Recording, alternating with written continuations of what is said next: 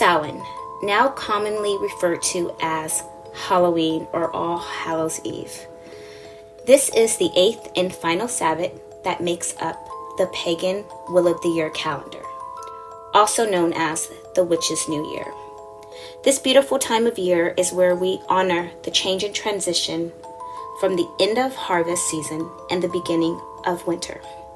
This is a time where the earth gets ready to go into hibernation and in preparation for rebirth.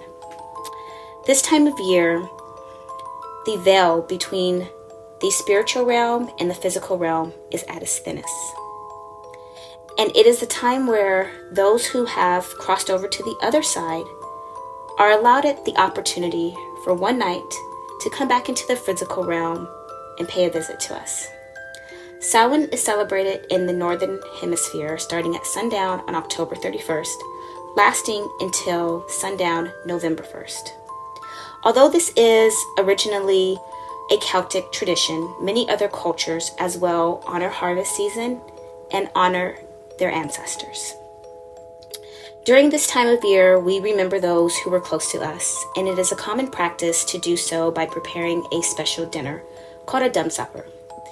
This dinner is usually made up from a recipe or perhaps some of the favorite foods of your loved ones, or just something that is very special to commemorate and honor them. This celebration can partake with friends and family or something that you can celebrate on your own. Oftentimes people will leave an extra place setting and place out as an offering for their departed loved one to come and enjoy a feast with them during this very special time. Back in the old days, people would also leave an offering outside of their front door, typically a sweetbread or a pastry. This offering would be left for those departed spirits who may be wandering and either do not have a home to go to, or their loved ones are no longer here on this side, so they don't have anyone to come and visit. The idea behind this was to keep those wandering souls on the outside versus finding their way into someone's home uninvited and maybe even potentially trying to stay. In addition to preparing a special meal, another way individuals choose to honor their departed loved ones is by setting up a special Samhain altar. This altar can be adorned with photos and images, heirlooms of those who you loved as honor and to uplift their spirit and give them a welcoming for the night that they come and visit. Other ways people choose to celebrate is by practicing some form of divination. As the veil at its thinnest, it is much easier to communicate with the spirit world.